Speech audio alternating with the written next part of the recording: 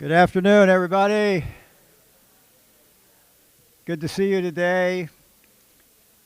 I think most of you got buttonholed by Christine as you were coming in, but if you haven't signed up and put your name on a slip of paper in the bucket outside, you'll miss the opportunity to be a part of the book giveaway. So that is something you want to take note of.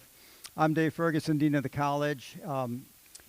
We are excited that this year we have a second Sappenfield lecture. Some of you may remember that during COVID, when we weren't having any lectures at all, there were no Sappenfields, and so now we have the capacity to do a little bit of catch-up, and so today's lecture fits into that series. And just for those of you who don't know, Charlie Sappenfield, the namesake for this speaker series, was the founding dean of CAP, and he served from 1965, when the college opened, to 1981 as dean. Then he continued on as a faculty member for some years after that. The fund for this lecture series started in 2013, and it's been strongly supported by a lot of our alums around the country. So without further ado, here to introduce today's speaker is Dr. Sarah Keogh, Assistant Teaching Professor in Architecture.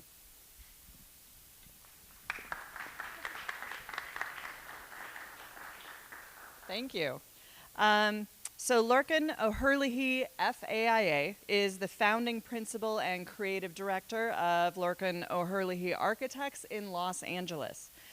He's the winner of the 2023 AIA California Maybach Award, an award that recognizes an outstanding body of architectural work. And this is the highest recognition that an architect can receive in California.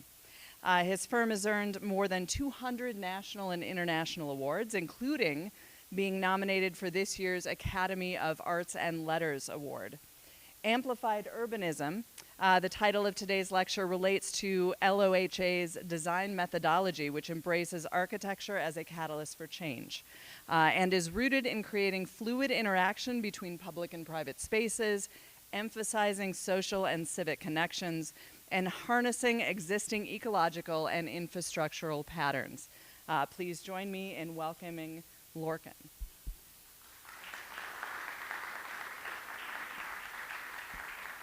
Do you need this, or you have? I think it was mic'd up here. Okay, I will figure it out.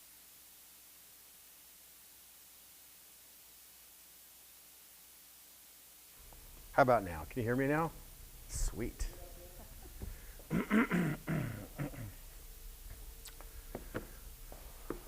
Pleasure to be here. Somehow I have lost my image here. Okay. I can probably go. Is this it over here? Well, I guess I can get rid of this. There we go. Excellent. Found it. Great pleasure to be here, and thank you for the introduction. And I must say, when I got the invitation to come here, there was some connections I had where a dear colleague of mine, Craig Hartman, I happened to be in conversation with him, and he said, I went to school at Ball State. And he said, tell me about when you're going, and he was very, very encouraging to come here. So thrilled to be here, and nice to know that I have connections from California to Indiana. So I know you mentioned a quick introduction to some of the about our practice. Background also is, which I don't really go into great detail because the older you get, you have more things to talk about, so you don't have to put everything in the introduction. But I have, over the last 30 years, been teaching. Spent 3 different stints, my early years at SciArc, multiple type of studios, from grad studios to undergrad. I also spent a wonderful time, years at the AA in London, and was studying there as well. I have a master's degree. My master's degree is from the Architects Association. Undergrad is Cal State University, San Luis Obispo, a good undergrad school in California. The AA was very close to my heart, from not only being a teacher there for many years, but also having studied there. It was always interesting because I love to draw, and that was the driving force among the studios in the 90s in the AA, is with the world of Ram Koolhaas and Saadid, so I was very, very honored to be there during that time. So my formative years, like you, were in schools, so that's where you can learn quite a few wonderful things, not only from teachers, but also your colleagues and your fellow students. I've also been in practice for about 30 years, started in 1990. Between 81 and 90, I spent 8.5 years in the East Coast, worked with Roach Dingle and Associates, a wonderful late modernist architect right out of school. I worked with Kevin. My dad studied architecture as well. He's actually an actor, but he studied architecture with Kevin. So my first job was through my dad. What can I say? He set me up at Kevin Roach's, and then I was on the East Coast, and then my second stint was at Payne Partners on the Louvre project. So I spent 4 years, formative years, working on the Louvre Museum, primarily in New York, but had this great experience, and our bonus was to bring us to Paris at least 2 or 3 times a year and learn about that wonderful city. So the Louvre was an amazing experience. I actually left architecture at the Louvre, having been kind of saturated in arts, although it was Greek and Roman antiquities we were designing the museum for. I took 2 years off and painted as an artist in New York. Really interesting experience of stepping away from architecture and crossing boundaries into being a painter. I had a great studio in Tribeca in New York, and I thought, well, maybe I should be painting. So I did step away from architecture, and it was really interesting painting. I always think of the idea that it refines one's eye as an artist when you start to play with material and impasto techniques and glazing techniques and understand composition and choreographing paintings, and also the soul of a painting tells the story. So when I ran out of money, Stephen Hall was a young firm in New York, and I joined Stevens in 1985-86 and spent 3.5 years with Stephen, both in New York, and we did a few projects in Los Angeles. So very interesting background. I'm telling you this because I think when all of you graduate and you go off to your jobs, I have to say those experiences were very important to me. They're very formative, both at Payne and Stevens before I started my practice. With that in mind, I will now go into the lecture. So again, pleasure to be here. I am going to discuss today some of the themes that have underpinned my work and collectively my great colleagues at LOHA. So it's really about the ideas that evolved over 30 years. This is something essential and critical to my belief, the role of an architect, that of course being a critical aspect of being work of consequence. So I made a conscious decision to think about that as an architect after a number of years to say, okay, why are we doing this? Is it simply to create glorified objects? No. It was about engaging in multiple ways, and that's something that this work is about. It's about that. It's about each project will demonstrate our commitment to artistry, social equity, very important aspect, and elevating the human condition, and that's very important. So how do you create great living spaces to live and work? Okay, let's see if I can get this going here. I would also like to give a little background on myself. Actually, let's go back one more here. So, with that in mind, I do believe that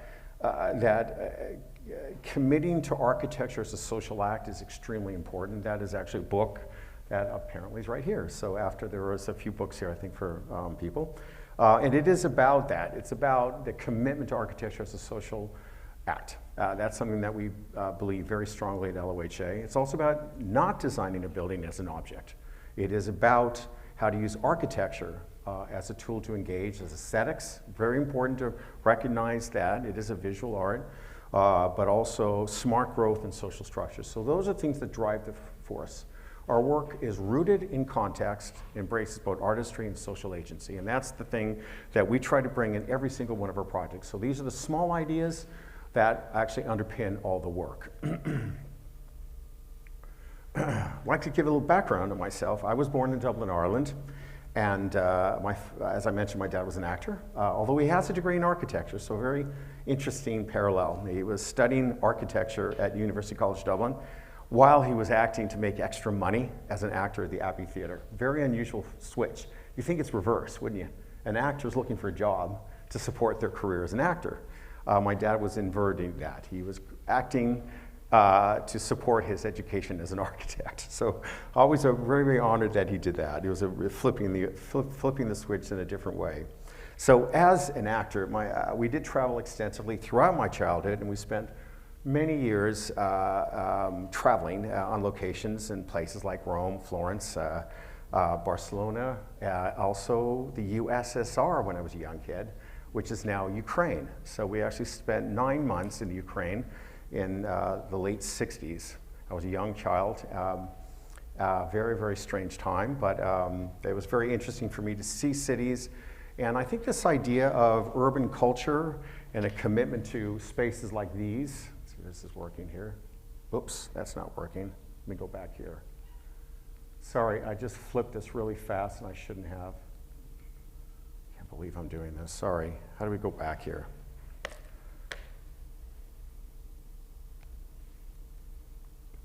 There, you've seen a few images there. Ahead of the game, so there you go, taste. But I guess what I want to point out is this should just be a laser, I believe. Let's see if I get, there we go.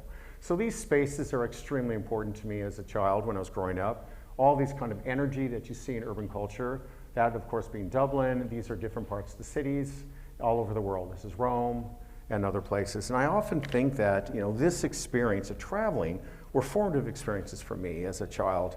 And the exposure to different cultures, seeing how people live and engage with their cities, very important to me. It kind of, in a sense,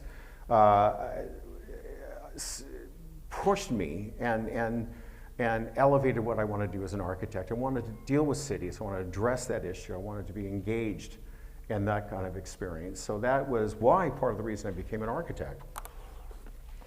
So it was very important to me, and certainly within my life and path I took, and it certainly initiated my interest in architecture.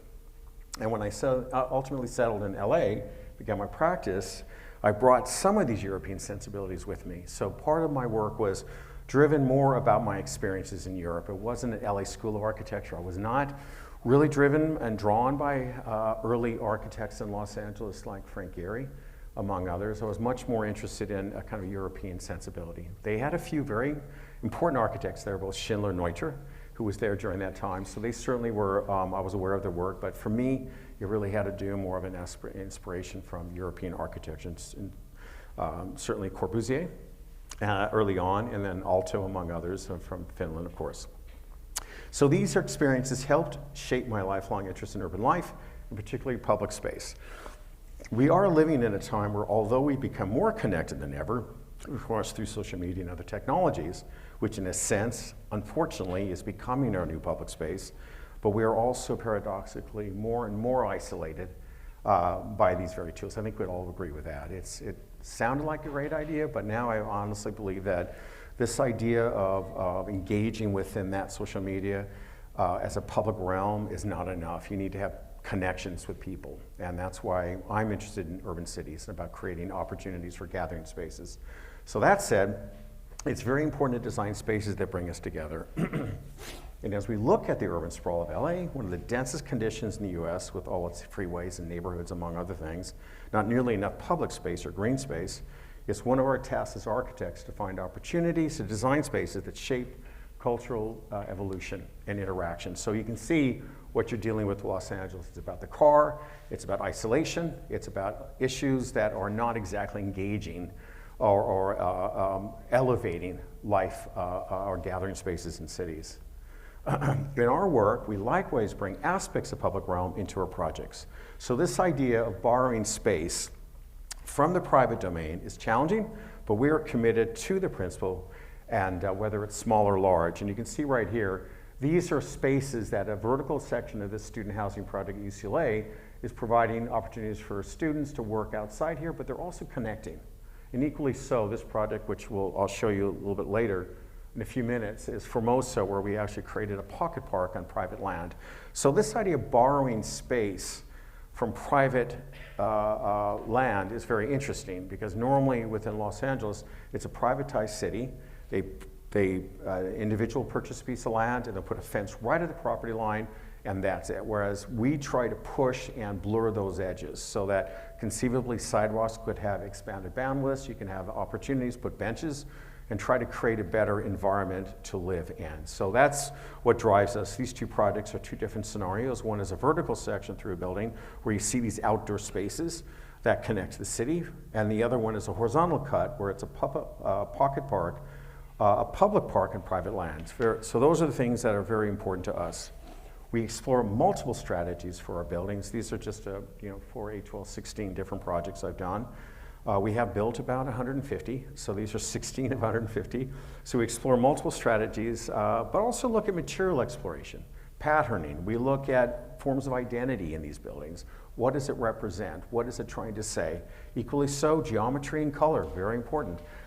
Perhaps the painting period of my life lends itself towards to have the courage to look at color, because color is very unique. It is an architectural material, but you have to do it right, and that's what's very important. It's not just something to be appendaged or ornament on a building. It has to be an architectural idea through color. So to start, I'm going to talk about a number of projects. This particular project is called Formosa 1140. It's a project in West Hollywood, 11-unit building, and it's very interesting because, again, in Los Angeles and certainly West Hollywood, it's a tremendous lack of urban public space or green space is evident. Wherever you go, it's called the concrete basin for a reason. The idea of providing green space is very limiting in Los Angeles, and that's something that's extremely important for us to break that mold. A third of this particular site that you're going to look at was allocated for the pocket park. So the site of this lot is from there all the way to here and coming to that end right there. So what we did is, as opposed to the conventional way that they do buildings in Los Angeles, the courtyard housing, we actually redefined the courtyard housing by pushing the volume here for the 11 units. We still had to make sure we accomplished that, and provided this pocket park right here that's access from the street. But also what's interesting is that means all these units get to look out at a park, 45 feet by 100 foot. Equally so, this building looks at a park, and this building also looks at a park, and of course the street has access. It's a very interesting idea. Instead of having that convention that's normally done, where you have this internalized courtyard, which I'll show briefly another image of that, redefine that. What is a modified courtyard? How do you rethink that? How do you actually give it opportunities to connect to the city? You can see right here the existing site. It was an existing house on it. Another side note on this was that the city of West Hollywood, when my client Richard Loring, an organization called Habitat Group Los Angeles, purchased the land, the city wanted him to keep this house because there was pushback against development in West Hollywood. Frankly, we couldn't do it because this house was falling apart. It did not have any historical significance. You can see it's all boarded up. It was a crack house, for want of a better word. It was a place where the neighbors wanted to get rid of it. And the neighbors wanted to get rid of the house, build a new structure. The city wanted us to try to keep it. So we had to go back and come up with an idea of, pitch an idea to the city of West Hollywood to let us get rid of this particular build house and then build what we needed. And so the idea was that the pocket park was the reason of doing it. So as you can see here, we wanted to redefine the way that conventional courtyards are. This is what you see all throughout Los Angeles, this idea, which is great, don't get me wrong. It brings light in the middle. It could be utilized by people in the building. But it's a very internalized aspect, meaning only the people in the building uses that. So we pitched the idea to, and that's what you end up with, still a privatized but still isolated type world where the street and the sidewalks are still dealing with continuous walls. So the idea was, can you modify it, push the building to the edge, and then provide this idea of a courtyard modified, but actually access from the street and views from all over. So if you take this concept and you begin to see each property, if one was to take the same argument, could end up with a 90-foot by 250-foot park by adding all four of these sites. It changes the narrative of cities, meaning that the city actually agreed in West Hollywood to overlap this space here, which is a pocket park for the community. They allowed us to consider it the common open space for the people in the building. So when you do buildings, there's requirements that you have to have common open space for the people in the building. It's all predicated by how many units and how big the building is. But the overlapping of a common open space approvals through code and the city agreeing to say, okay, that can also be a pocket park for the community was a game saver for us, because if they didn't allow us to do it, we couldn't do this idea of a pocket park. So in a sense, the architect as a strategist is another role you'll play where you pitch ideas to cities, and I think that's extremely important. With that in mind, that set the table for the project. So you can see right here, all the units are efficiently designed, all consistently designed. The nice thing is that there's the pocket park. You have cross ventilation, so it's very passive design strategies. All the elements of this building were extremely important because you can access the units from outside, which is really important. It means you're not going through double loaded corridors inside buildings. So the idea that you can actually pitch the idea that access the units from outside next to a park was ideal for this project. Here's the section. So we tucked the requirement of the parking. We put that underneath the pocket park. So in a sense, that represents the property line, the red one. So it's a very interesting property line, but it's in plan, but also in section, that you could have a private subterranean parking and above it a pocket park that's ran by the city. Very interesting idea that you can actually deal with it in section and not simply in plans, because people always think the property lines are just in horizontal, but in section you can also play with that idea. Some construction shots. As you see, this is the early studies. This is the conventional kind of stick construction you get in Los Angeles.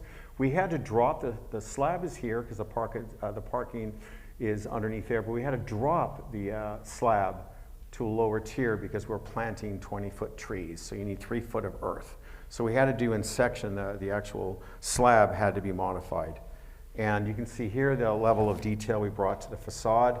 So again, it was choreographed to be able to have this idea of outdoor spaces that are carved openings, so you have views out, but also screening.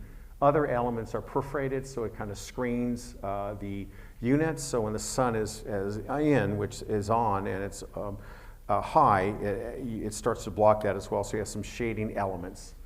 This represents all the detailing put in the facade. So our work is also focused on the detail. We really want to make sure that it's built well.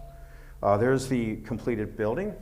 Now, what's interesting also about the project is that I like color, as I mentioned. So this is a hybrid between a red panel system. The red panel was incorporated with all the vertical elements right here. So all the red was vertical, all the horizontal are orange. But I felt the balance of this color was extremely important. They played off of each other. So it brought to life the project, which is very exciting for me. Also, in terms of compositionally, I always look back on this project as a building that was informed by the years I worked in New York as a painter. So you can choreograph that building so it starts to have that joy and uplifting experience you want. All the units are accessed from exterior. The 5 units down here are accessed right in here. You go up a stair, and then each unit is townhouses, so they're 2 stories. So each one of these units, you enter, there's a balcony for this unit, a balcony for this unit, equally so balcony for this unit right here and here. So each one has a balcony. You walk in the front area, there's a stair coming up and an elevator, and then you access the 3rd or 4th level through a walkway here. Very important to, if you can pull it off, and if your climate allows for it, to have exterior from access is extremely important. Now, we do work with off-the-shelf materials like metal. Part of that argument is that each of these projects are driven by cost. So the metal exterior is something that's off the shelf that you can go to just a conventional store, and you can order it from there. So we were able to pitch this idea to the client to say, although you want us to probably do stucco or plaster, which is the cheapest material, we felt that we could push the idea of doing it out of metal, and he bought the idea. So we ended up doing this whole building and for the budget that we had. A side note was that, which is a contextual issue, Los Angeles' context is where you find it. It's not about style. It's not about a traditional building next to a contemporary building. The contemporary has to somehow be drawn by the traditional moves of buildings. It's more about where you find it. So I found the context in this restaurant, cafe, Formosa's Cafe on the corner, half a block away. So that was an interesting pitch to the client. Look, we're going to talk about context. The context is the color of this cafe, Formosa Cafe, a very renowned cafe. My dad actually went there quite often. He used to work with Orson Welles and John Houseman, these very interesting actors, and they used to grab coffee there. So I felt like that's a nice connection. So the Formosa Cafe is fascinating that you can find context where you find it in Los Angeles, and that's the unique thing about it. So more images of the project. You can see that the sheathing of the solid and perforated metal panels interspersed with voids and painting the vivid orange and red. All that starts to play a role. Street view right there. This is a detail section right here. So you can see the flush conditions of having these different patternings. Very important to pull that off, but we were able to detail it so it worked. It also has a degree of transparency because you are dealing with this idea of public-private realm. That's a park that's available for the public, so one has to deal with that. What's also nice about perforations, you have a dappled light, a fragmented light that come into these buildings. Plan, you can see on the left there, very conventional, but very reasonably nice laid out plan where you have circulation from the entry, which is page south, and you come through the living room, a dining area, you swing past the kitchen to a study or conceivably another bedroom. But that's the base level. Then we have this bar of kind of public the support, the back of house, so to speak, where you have the toilet and the laundry and one bar, which is aligns with the stair. You then go up the stair, and this is a view in the stair going up, looking down the living room, at the walkway in the park outside, and there's the balcony. That's access from the second level. And this is the second level. As you can see when you come up, you have 2 bedrooms upstairs, then you have a private balcony. And what's also interesting is that we gave these particular tenants options on whether they were okay with this very, very dramatic idea of instead of having a conventional wall with a single door to the bathroom, did they want to have a curtain or did they want a wall or some element? We ended up repositioning this toilet over in this corner, and we enclosed that on a number of things. A number of the units had private spaces. Well, what's interesting about this is kind of challenging the convention, is the bedroom appears bigger. And there's certain things like a shower, perhaps a sink that works fine. So we're able to play with that idea as maybe you can pitch different ideas to potential tenants. So that was very interesting. And just a few construction shots and completed shots of the circulation. And you can see there's varying degrees between the apartments as well. Each, as you're walking through, the image on right, you can see that entry of the units are framed between this outdoor skin and then the skin of the building. And there's a view of the pocket park. So interesting idea. From 7 in the morning until 9 in the evening, this is available to the public. But it's actually on private land. So this developer had to cut a deal with the city. They paid $750,000 to design the park. They agreed to run the park. The interesting thing is because it's on private land, the owners now of this building own the park. So what happens if someone breaks their leg or something happens? The city took that responsibility. So the owner is the owners because it's on private land. The city runs the park and they agreed. So all that was an enormous amount of complexity in terms of agreements between the city and the developer. So it's very interesting as an architect to be in that conversation. And this idea of doing a pocket park, I felt very strongly about that. It was a good move. I worked closely with my colleague, Richard Loring, the client, who was completely on board. He had done another one like this, so to his credit, completely on board with this idea of a pocket park. I liked the idea. And the city of LA was going to use this project as a kind of, in a sense, a case study for to do that in the city of LA. Now, city of LA is an enormous behemoth. It has enormous amount of bureaucracy. City of West Hollywood is a small, tiny city where you can get things done. City of West Hollywood, the city of LA never achieved one pocket park because of the bureaucracy. West Hollywood has 6 of them. So it's kind of interesting how to get things done sometimes, you need to have like-minded people politically. Just one last comment is, this image I quite like because it talks about what are the opportunities.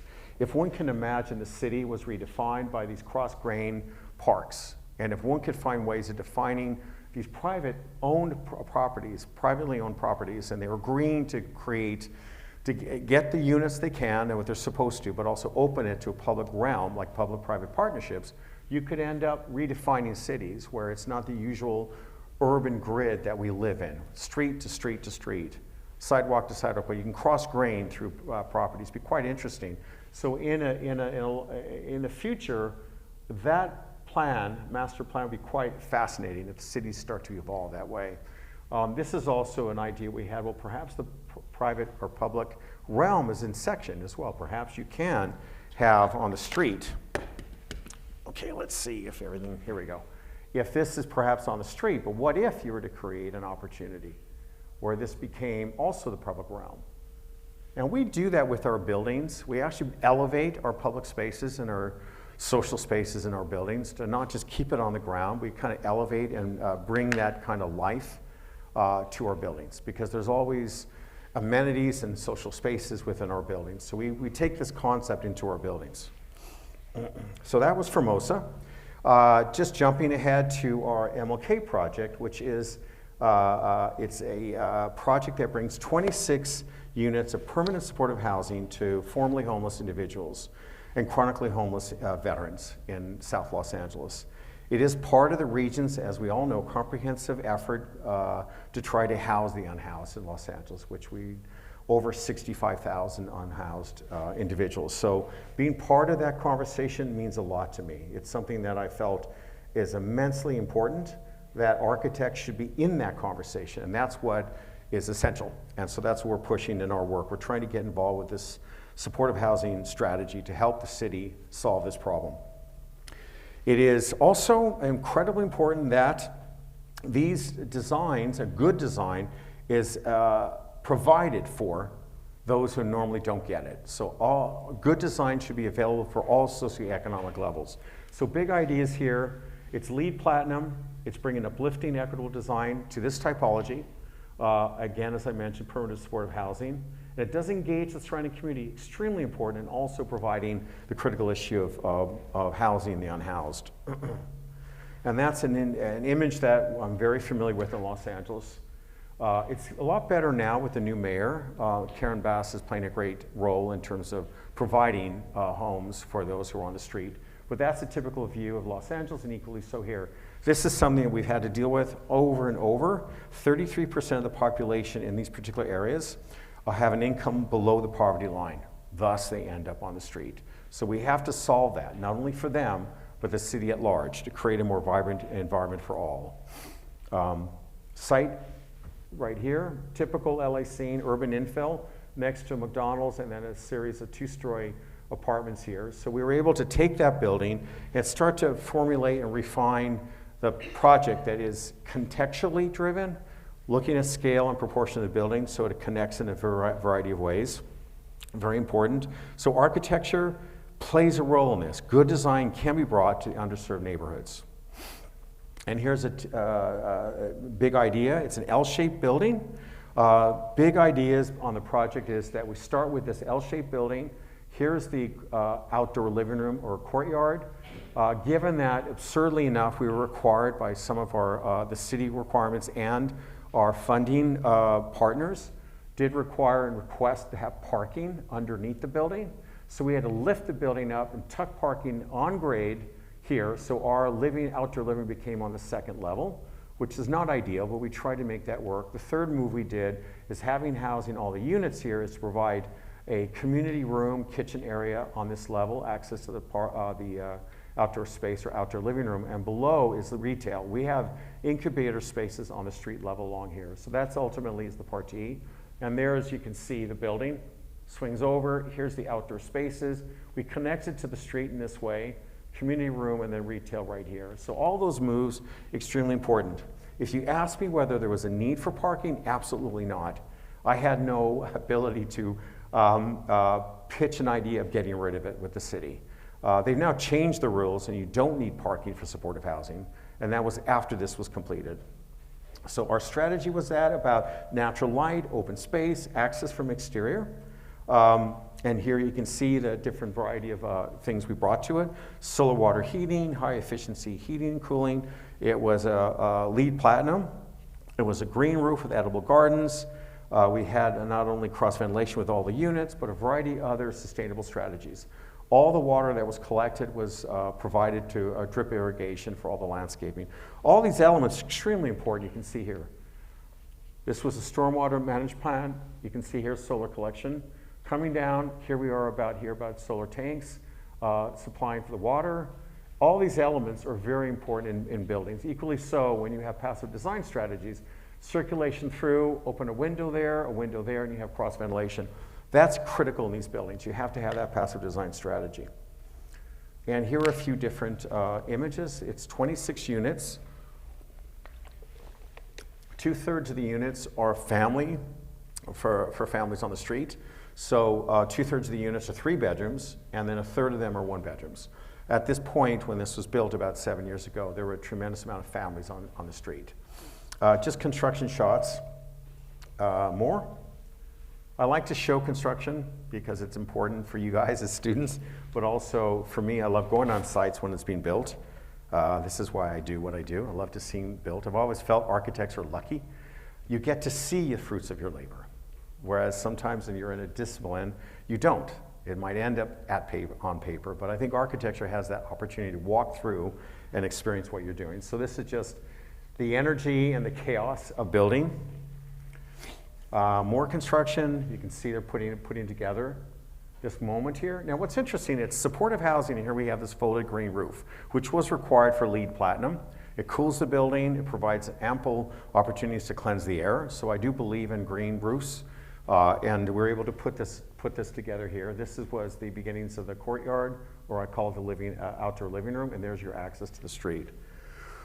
And the last images of construction, and there it is from the street. So you can see here that the 2 retail units will generate income, which will help subsidizing the social services. So these spaces down here, and a portion of this will be incubator retail, where they will create funding or resources to manage the building. So it's a very interesting hybrid to do supportive housing, but also have ways of creating resources, financial resources to run the project. It does include this idea of a stoop. I call that, and outdoor benches and gathering spaces. So the whole building has opportunities. The fence we put up here, so that if you're on the street and you have no place to stay, you can come up and hang out here. This is all the circulation. And there was a playfulness as well, working with materials of metal, cement board, and plaster. We were required by all the different funding sources to do that. But yeah, this is an important project. I'm very proud of it. Very hard to pull off. 16 different agencies we had to go to get funding. Some more images, a view from the courtyard on the 3rd level or 4th level, looking down to the street. And that's an individual, Artemis, who lives in the building. So very important in Los Angeles to do these types of projects. We have to get everyone off the street. More details, walkways. Again, you can see there's a level of detail involved. And we're able to do it. We're able to do it with the budget. And so I think us as architects have to understand that artistry or aesthetics play a role. You have to solve it. You have to make sure it's efficiently built. Understand the perfect way of building it so that what's availabilities in terms of wood, metal, concrete. You have to be resourceful, working with a contractor, make sure what can work with your budget, but also always keep that vision and the big ideas. So we're able to do this. A few more images. The stoop. And that's used quite extensively. So if someone's on the street that hasn't a place to live, they can come and sit there and they feel welcomed, although there's still security.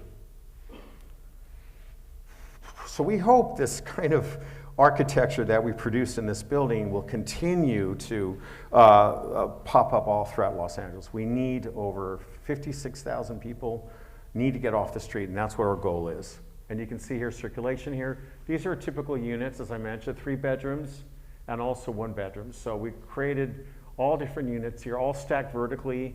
This is all the circulation. And that was, again, a view from looking down, a typical unit. And that was a Thanksgiving dinner that we had in the outdoor living room. Those were the tenants who were sitting down having their Thanksgiving dinner. And that's a bird's eye view of the courtyard. and that's context next to freeway. Sorry, not next to freeway, but next to a gas station. And you can see that the big picture is, you can see our building. That's USC. That's the USC, we're a USC football team. And this is the new Mad Architects George Lucas building that is nearly completed now.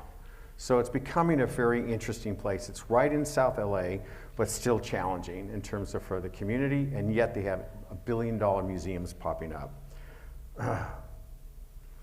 The next project is very important and close to my heart. There's a bigger story here. The cost of land in Los Angeles is increasingly expensive, we know that. Cities are poised to establish new ways of finding sites to encourage affordable housing.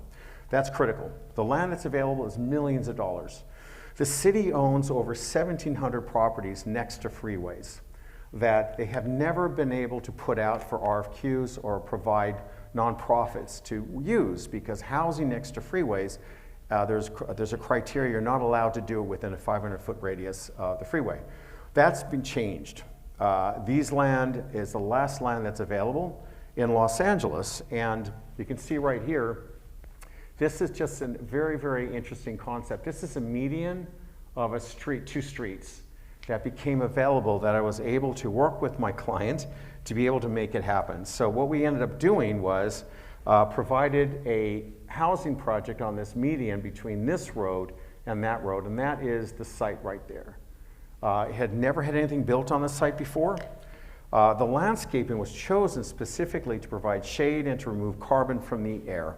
Given that you're next to a freeway, one of the critical things was plant trees that absorb the toxins from freeways. As you can see, it's an immensely difficult site. It's right next to the busiest confluence of 2 freeways in the United States. It's the 110 and 105 freeway. And we were able to, and our task as architects was to find a way to take this underutilized piece of property, provide 56 units for supportive housing, provide a shelter and a green lung to protect the tenants and absorb all toxins, whether it's carbon monoxide or noise. And that's what our task was. So as an architect, you have very challenging things to do sometimes. So getting rid of the carbon monoxide was a critical issue. The city allowed us, which is very exciting, to vacate that street and make it a paseo right there, so that we could plant 25, 30-foot trees right here to protect from the freeway. Now I know that, and we all know that electric cars are becoming more prevalent. Within 10 or 15 years, there will be quite a few more electric cars, which means the toxins of carbon monoxide will be reduced, because of course electric cars don't do that. Equally so, noise will be reduced because electric cars are quiet. So I do think in the future, with these 1,700 pieces of property, they became available. They can be produced, they can produce good architecture there. And it's very important to LA because there's no more land available. Some more images you can see right here. There's the site, there's the street we vacated, there's the freeway, and a very, very busy street, Imperial Highway and South Broadway. There's the big picture right there as well. So you can start to see how can we do this. Now what's interesting as a side note is there was a thing once upon a time, land was being available throughout the Los Angeles for these types of projects. It was called redevelopment agencies, community redevelopment agencies. $1 billion a year was being implemented to provide supportive housing and affordable housing. That went out the window, they disbanded the agencies, and everything stopped. Right now, the city's finally realizing that was a big mistake, so they are starting to allocate properties for supportive housing, and this is one of the first ones that they provided. Different views here. You can see here, there's the site again. That's a view right next to it. One key issue with the project, which was kind of a collaboration we had with the City Council, they want to look at containers as a way of facilitating this. Can we build these units in a factory while we're doing all the subterranean needs and underground, meaning you have underground utilities, you had to provide power, water, electricity. All that's going on while we're building the units in factory was really important. The concept is you save a year in construction if you can do both at the same time, as opposed to the conventional way. You do all the site work, you pour all the foundations, and then you build your building. But if you can do both at the same time, you will facilitate and expedite the construction process, which means you get people off the street quicker. And that's the premise behind this approach. It's also much more sustainable. If you're building a factory, it's much more for the community and much more for the environment. There are images of the buildings being built, the units being built. They need close to 568,000 units, new units of affordable housing in Los Angeles in the future, in the next decade. It's extremely problematic, but we're getting there. The city is starting to open up these properties and allowing this to happen. There's a quick site plan. There's our building. This is the street that was vacated, became a paseo. There's all the green lung that we're planting all the trees to protect from the freeway right here, and those are the units for the 56 units. And there's an axonometric of the building. We activated all the roofs as well, which is very important to create outdoor spaces. So the programming includes gardens, space for farmers market, a small lab for startup testing. There's a lot of incubator spaces on the main level. So it has that, including all the requirements of job training, a variety of other elements in terms of additional amenities in these buildings in addition to the housing. Very important to provide those. Of course, social services is really important for those who've been on the street. There's a couple of renderings of the project and the paseo. You can see the paseo, one view, and then the building beyond. So it's solar power. It's, of course, LEED Platinum. All our projects are LEED Platinum. And the water capture devices, such as gray water system, also plays a big role. We're capturing water from all these roofs. So there's ways of bringing it down. We have actually tanks on the first level that are buried, and they're collecting the water, and that'll be all for the all the required elements with regards to irrigation and the landscape and actually maintaining the paseo. There's another paseo view. Again, the green lung is helping to filter diesel particulates and air pollutants. Very important, and that's what's critical. It's also interesting because this paseo, which used to be a road, is much more democratic. It's for pedestrians and for bikes, and that's rare in Los Angeles, to actually take a road away and make it for people. That's just not done. So we're very proud of the fact we're able to work with the city to make that happen. More construction, and there it's going up. And there's a more recent image about 3 or 4 months ago. And I quite like this image.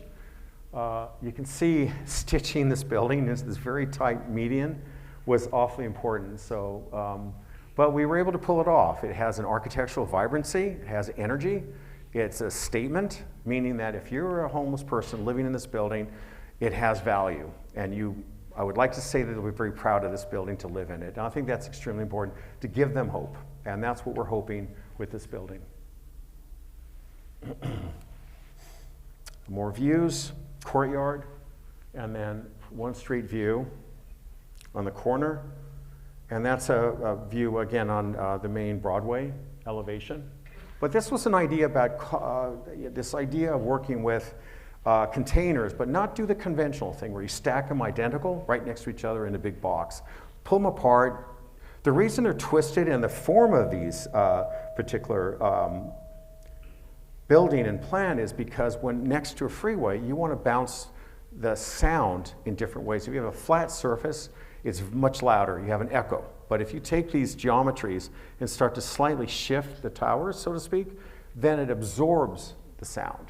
And that's why we came up with this idea of this series of towers, but slightly shifting each one of those. And that's what you see in this image. So very interesting way of creating more interesting architecture based on a performance of trying to reduce the sound to get into the courtyards, different areas, which I like. I think if you can make moves as an architect that has solving a problem, that makes it a better way. So I'm very proud of this project. It's getting there, which is great.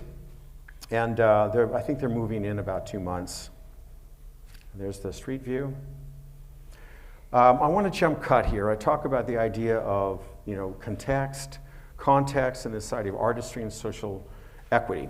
This was a very interesting project for me, a shift away from housing. This was the Sandy Simon Center for Dance. It's at Chapman University. It was transforming a 1920s industrial packing house, the largest and last operating in Southern California, so essentially oranges. It was packaging oranges to send out to people. LA and California is part of Southern California's life as growing oranges. And this was a very important component of this building. So it was Very exciting project for me because I don't get dance schools very often. So we were commissioned to design a modern dance studio at Chapman University. The project adheres closely to all the historical preservation of this building that it's been placed in. So this was adaptive reuse. It was on the National Registry of Historical Places. There was multiple things going on at the same time. Numerous, the project teams simultaneously completed layers of technical reports about the building to make sure they were complying with historical requirements. So this earthquake retrofitting was done, a variety of other things to the existing building, in addition to us placing this dance school in this building. So we're very sensitive to the context. So there's a different context, not the context of the urban city, context of a campus. How can you design a building that really designs a project, becomes a gathering spaces for students? And that's what this project represented. So it does maintain this idea of design context relative to the public, but the public being the community of students and faculty and those who visit. And that was very important for us to keep the idea of the social equity, meaning you can do it on campus or in the city. And thus we were very excited about that. We did keep this very important aspects of large open spaces. You'll see the building has sawtooth clerestories, and we wanted to expose all the wonderful elements of the historical building. There's a great big picture of the building. So it is listed as the Santiago Orange Growers Association packing house, and it is on a historical, it's been registered at historical places in 2022. So very exciting to be able to take this urban infill strategy and tackle this project.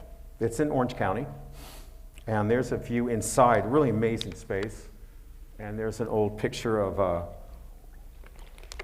windows being robust, and you were packaging all these oranges.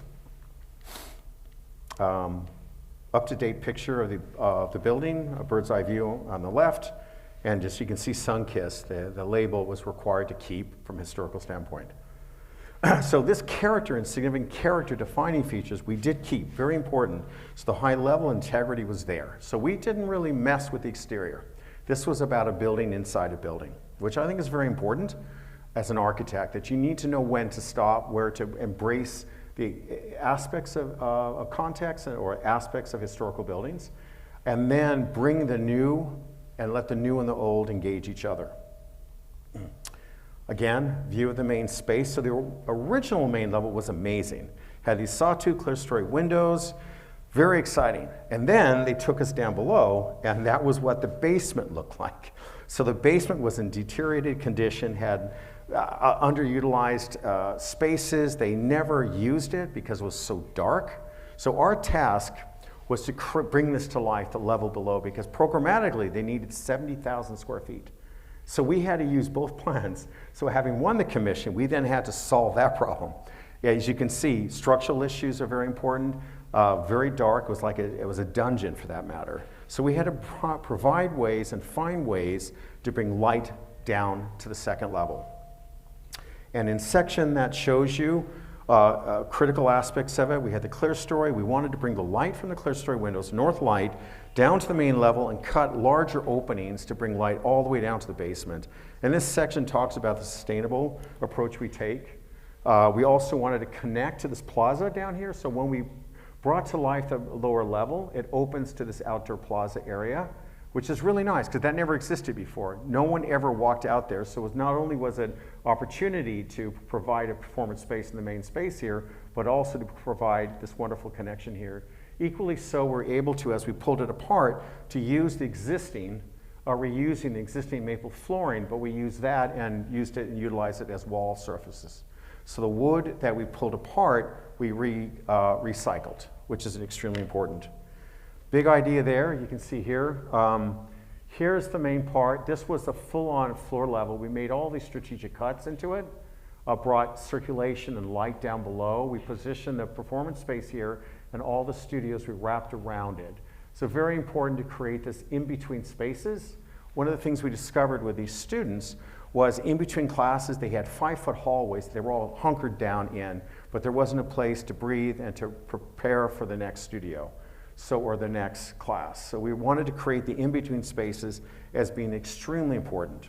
So the overall programming is that we needed to provide a great dynamic and diverse set of programs. It was not only studios, performance space, it was classrooms, it was a variety of kitchen in there, a number of other programs. We had to combine all those. Equally so, it was for students, faculty, visitors, and audiences. So we had multiple things to try to accomplish here, and that was what we were tasked with. We did need to connect, a great connection between level 2 and the basement, so the space felt cohesive. That was awfully important as well. So light drove this project. There's just a model shot. You can see the wood represents the performance space. That was very important to have a hinge space right in the middle and make that the performance space. And then wrap all the studios around so there's kind of energy and a kind of a hinge space where the performance space is for where they would perform, but also they use it as a studio. And here's some construction shots of the project. And there's the completed project. So it did retain the historical character of the packing house, and we didn't threaten it. We kept it. We felt we embraced it in a very good way. So the history of the citrus industry is still there while revitalizing it for a new project, a new program. Meaning, can you put a dance school in an orange packing factory? Yes, you can. So there's an image of the main level. And that's an image from the third level looking at the top of the performance space on the left. And then the stair that meanders through as this kind of in-between spaces goes all the way down to the lower level. And now the whole building, there's not a dungeon. There isn't any dark spaces. It's vibrant. The students love it, which I'm very proud of, because it is about that in the end. It's about the students. It's about their classes. It's about having opportunities for small concerts. Also great spaces for faculty. So it was about the people and all those who are going to engage this project over the years. A few more images, and these images represent the in-between spaces where students after classes can hang out. But it really becomes a great space where they can engage and talk to each other. So I am a big advocate of in-between spaces like this, in between classrooms that are going in there and then having these opportunities to hang out. So in between, that's very important to us. It's not just simply the programming of the studios or programming performance space, it's the in-between spaces, not simply, I don't see them as spaces where you go from point A to point B. I see it as a place where you can hang out and engage each other. A few more images. This is the recycled wood that was originally the maple flooring that was in this space. When we tore this out, we saved all the wood and then we refinished it and used it for these walls. And then there's a kitchen space, as you can see on the right, and some detailing of the polygal, which is a very important element to the project as well. The polygal brought lightness to it, which is very important. It was something that, when you think about dancers and movement and choreographing dance, it's about the movement and it's a story. So the building is telling that story, meaning that the polygal also, I'll move back a bit, you can see right here, created a sense of lightness, which I think is what you get when you're a dancer. And so that was a material choice that we had to pitch to the client at the her name was Colette Crapel, was the head of development and design at Chapman University, and she bought the idea because polygal can be considered a very, not a very robust material for a campus. But we were able to pitch the idea and she liked it. So this polygal, you can see the layers involved, that is, classes are going in there where you can see this kind of layered overlapping, that's in the glass behind it, that's a solid wall, and equally so you can start to see a light filters through it. But there is a lightness to the building, light construction, which was very important for a dance school. Last few images, details, a detail of the performance space, as you can see. There's some dancers performing in the performance space on the left, and the studios around it, and then hangout spaces on the third level. That was interesting because they weren't expecting to be able to have that space above the performance space. By dropping at the bottom level, it activated the space above. We had an extra 4,000 square feet we grabbed. By taking that down, they never intended at all to really being able to do it, but we actually, as an architect, pitched the idea and they bought it. So we do have meeting rooms, kitchenettes, we have classrooms, we have a variety of different studying areas, reading, of course, studios to dance, all those aspects in the whole school. And there's the last image of the main space. I'm very proud of this one because I don't do dance schools very often. So sometimes as an architect, when you're lucky enough to land a commission, you think that there might take a slight risk because I don't have 8 other dance schools behind me. But we got the commission based on Colette believing that if we produce good architecture and other programs, we're absolutely capable of doing a dance school. And I wish more clients felt that way, that you don't have to have 15 other projects similar to what you're going after.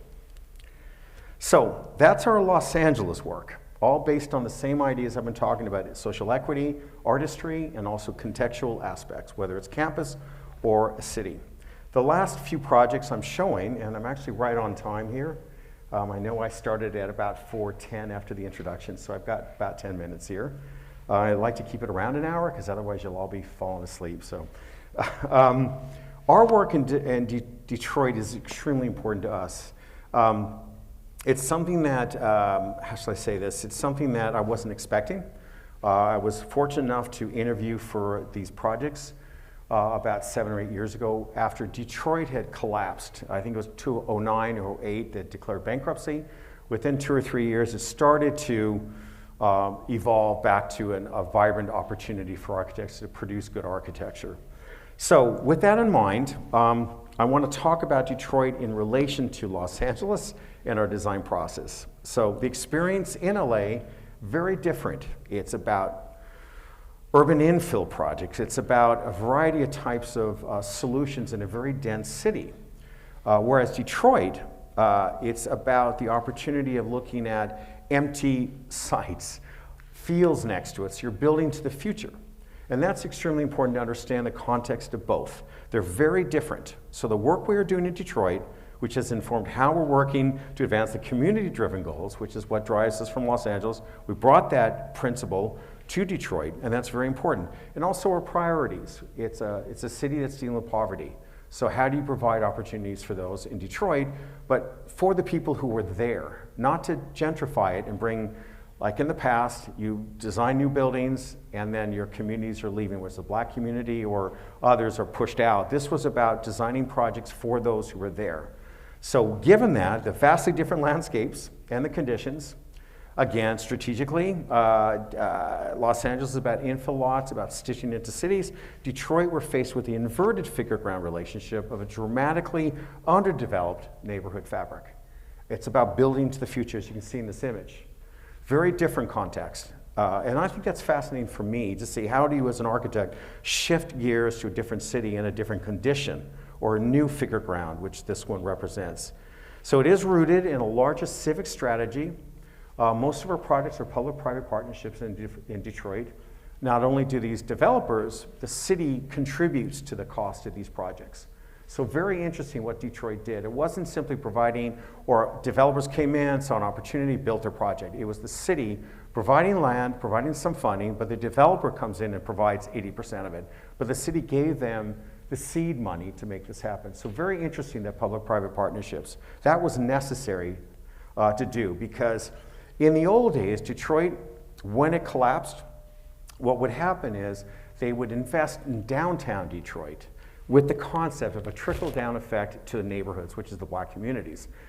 It never happened. You would have, if you go to Detroit, the neighborhoods kind of dissipated. They became more in distress, whereas downtown Detroit was reasonable. This is a different viewpoint. It's about the neighborhoods, and that's what's going on in Detroit right now. All of our work are in neighborhoods, and it's the Black communities. It's about those who really need some kind of urban renewal, and we did it. We're able to do it with the city. The city provided the funding, and we also have numerous wonderful nonprofits who are a part of the story in Detroit right now. Our work there was, initially the city commissioned us to do 3 different studies.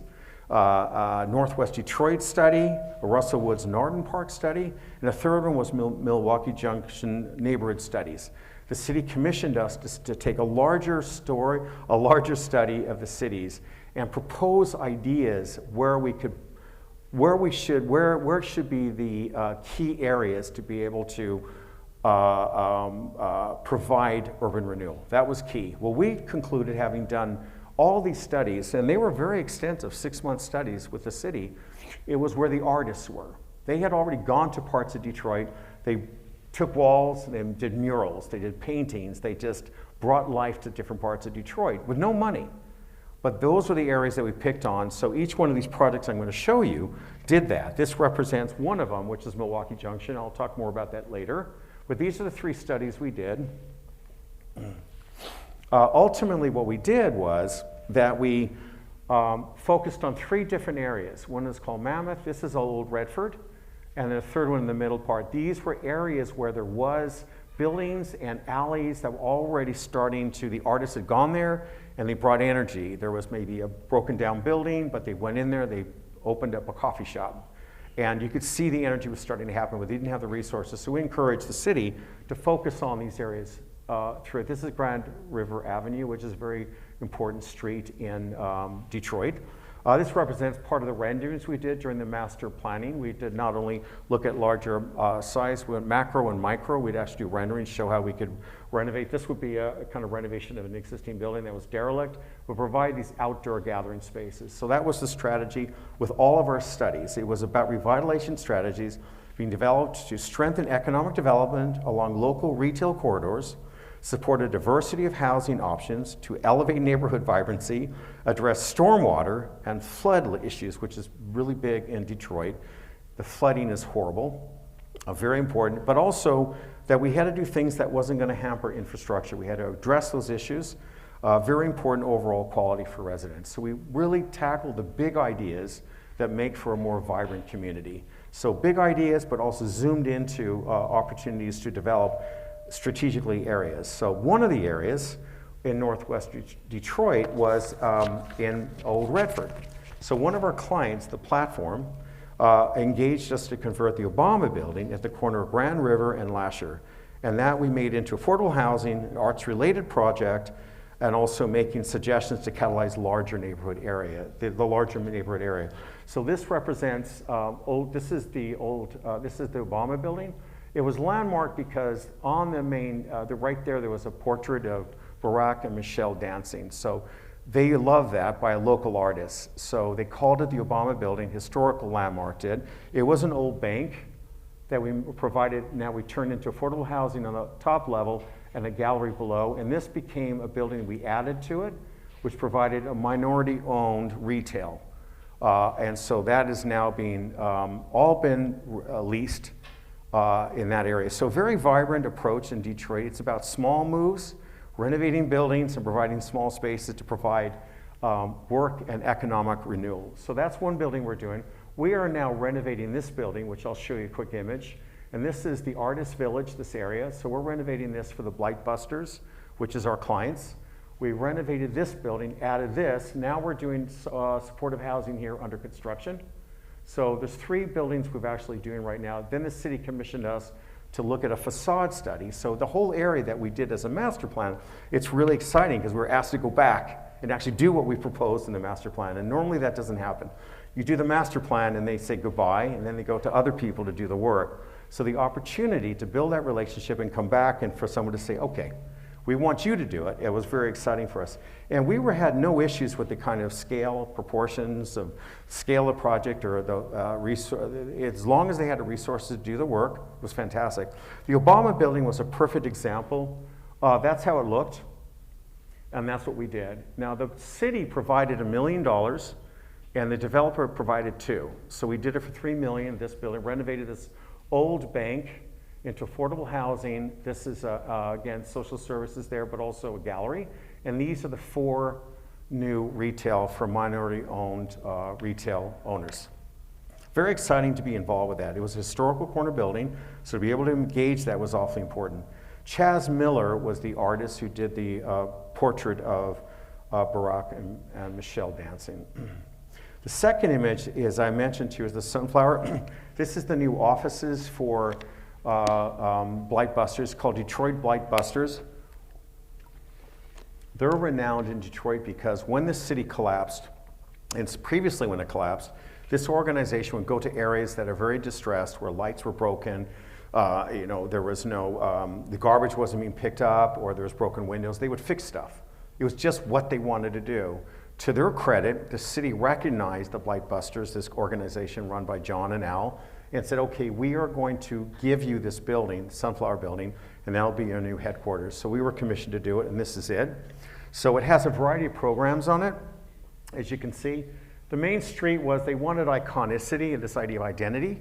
So we designed a new facade on the main street, again, Grand River Avenue.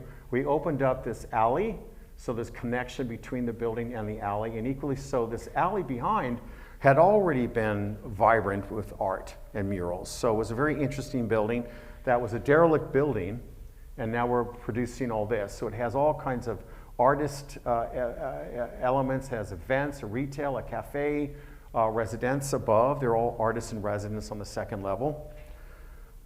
And there's just a facade of the front of it. The construction documents are done. Demo's going on right now, so we're excited about that. But again, the opportunity to take a building that was real challenge and produce an uplifting environment and an uplifting facade to open it up to the street was extremely important. The last one I'm going to show briefly in Old Redford was the supportive housing project we're doing. It's critical. Obviously, poverty is a major issue. So this particular building is, all these buildings, it's under construction. These are 9 buildings, forgive me, that are going to provide for affordable housing in Detroit. Very simple partie, simple boxes, but the architecture is about the idea of play between darker buildings and lighter. And also the curtain wall of the building is a metal exterior, which I think is also bright, brings opportunities. So when the sun hits these materials, and when you have a patterning on it, it starts to shades and shadows on the building start to evolve into something that's kind of has energy. So that's awfully important. So those are 3 in Old Redford. And this is one right now that we have under construction as well. It's an organization called the Library Street Collective.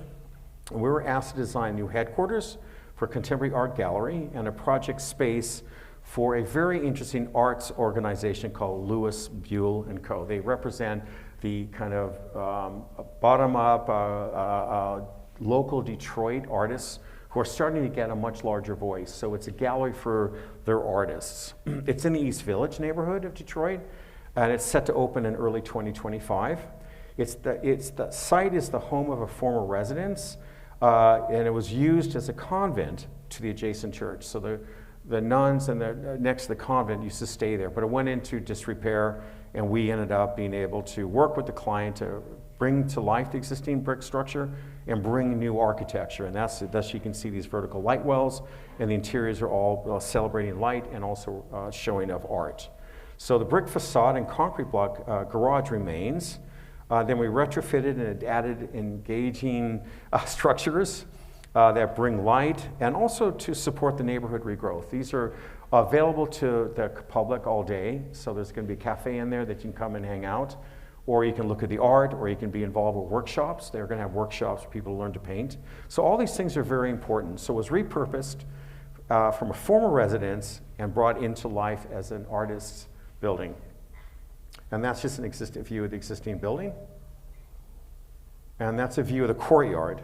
So what we were able to do is create this outdoor spaces. This is quite obvious. You can see the new construction. Again, I do like this polygal material. There's a lightness to it, which I quite like. These are the existing buildings that we're going to be retrofitting there and here. But you can see how this building came to life. It was literally empty for 25 years, and now it's going to have a good life. So those are some of the smaller ones. And I want to say before the final project, it'll take 5 more minutes, working in Detroit was fascinating for me because in Los Angeles, you deal with bureaucracy. You deal with years of trying to get permits, planning approvals, and building and safety permits. Detroit, it takes 3 weeks to get a permit. They want you to do stuff. They want to encourage good architecture. They want to encourage buildings. So I love the idea that there's a proactive attitude in Detroit right now where they're saying, let's fix this. And the more that developers and architects are involved there, they give you the opportunity to do what you do best. Whereas Los Angeles is a place which is exhausting. They fight you tooth and nail every step of the way to get stuff done. And thus, I think that Detroit, the energy, enthusiasm, and commitment to do things and make things, I learned from that. And I can only hope LA can follow in the steps that Detroit is taking. So moving to the last project, and this was a large project that got our foot in the door. It's called City Modern. It's in Brush Park, Detroit, which is a historical neighborhood of regal Victorian red brick buildings, but also it was for the Detroit's pre-automotive elite. It was at the connection of the Interstate 75 and 375 in the heart of Midtown of Detroit, not downtown, but Midtown neighborhood area. So you can see right here, this is just a quick drawing we did. We were commissioned to do these 4 buildings on the corner of this large development. There were a number of other architects, one of which Merge Architects from Boston, an architectural practice from Chicago did the townhouses and the duplexes. We were commissioned to do the larger buildings on the corner to kind of anchor the building.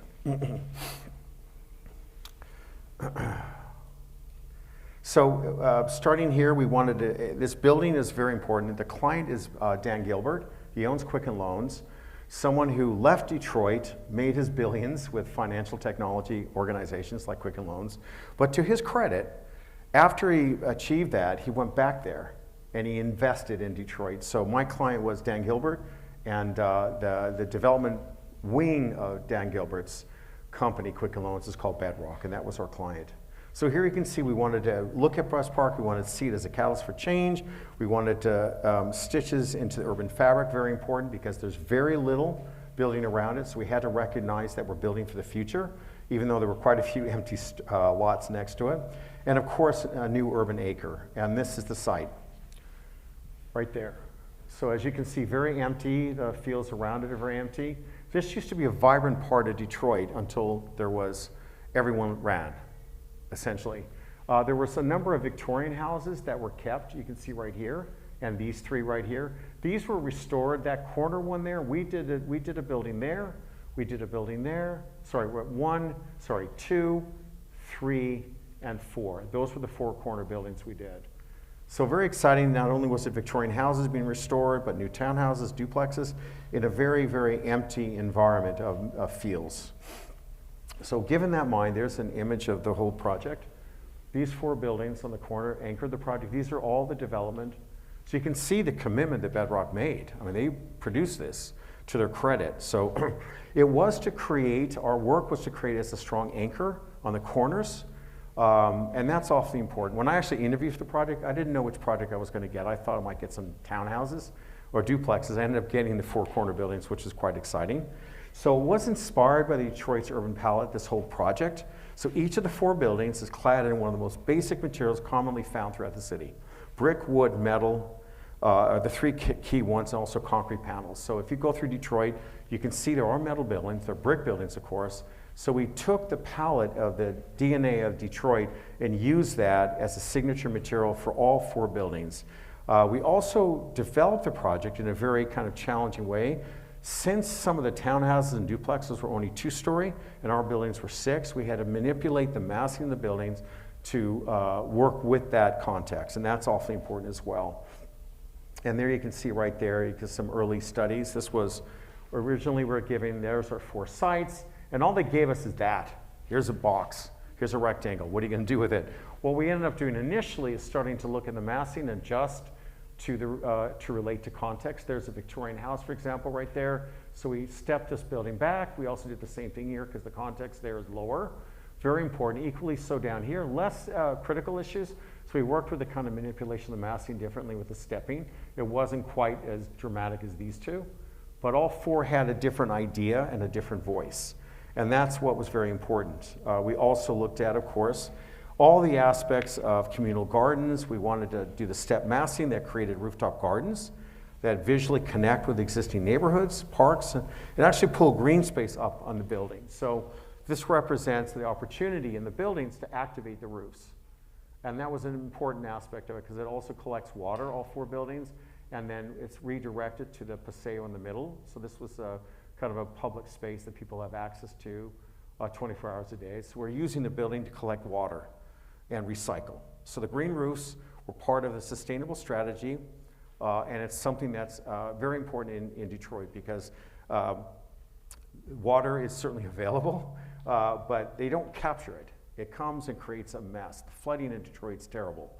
But we're trying to really define a building that actually takes advantage of the good things about it, meaning can we provide water and then use it for multiple programs like bioswales along pedestrian mews, on-site rainwater collection.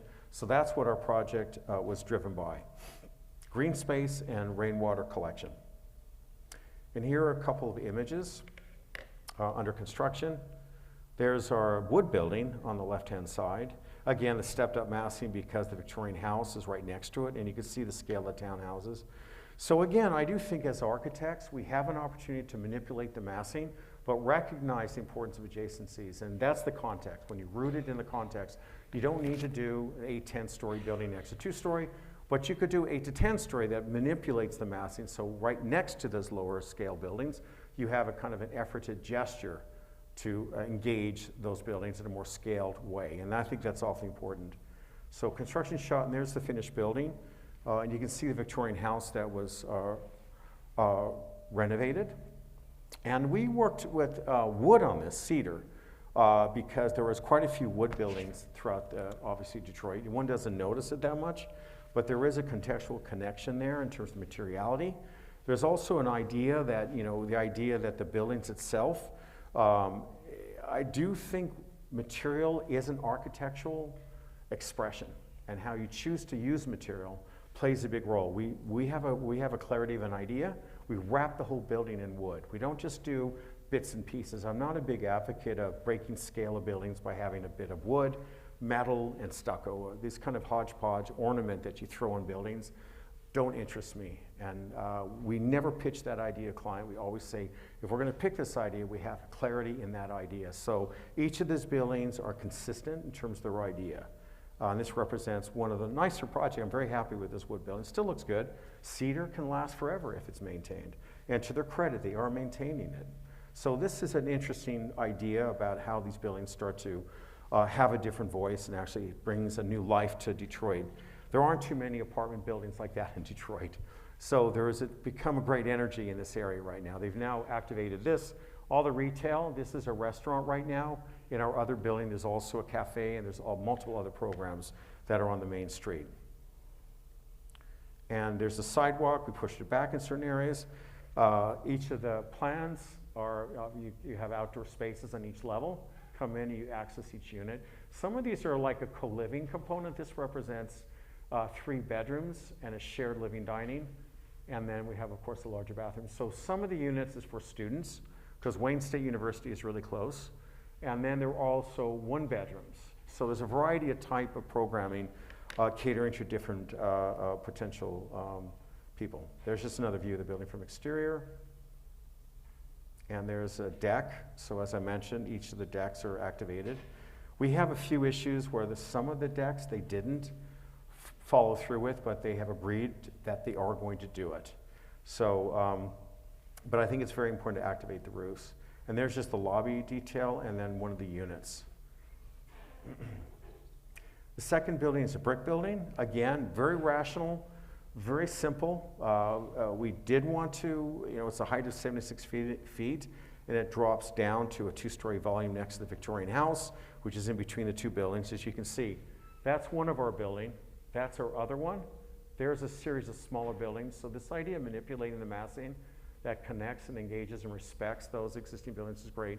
That's our other building I'll show you. So each of these buildings we did create anchor for the whole development, but also each one of those has its own voice.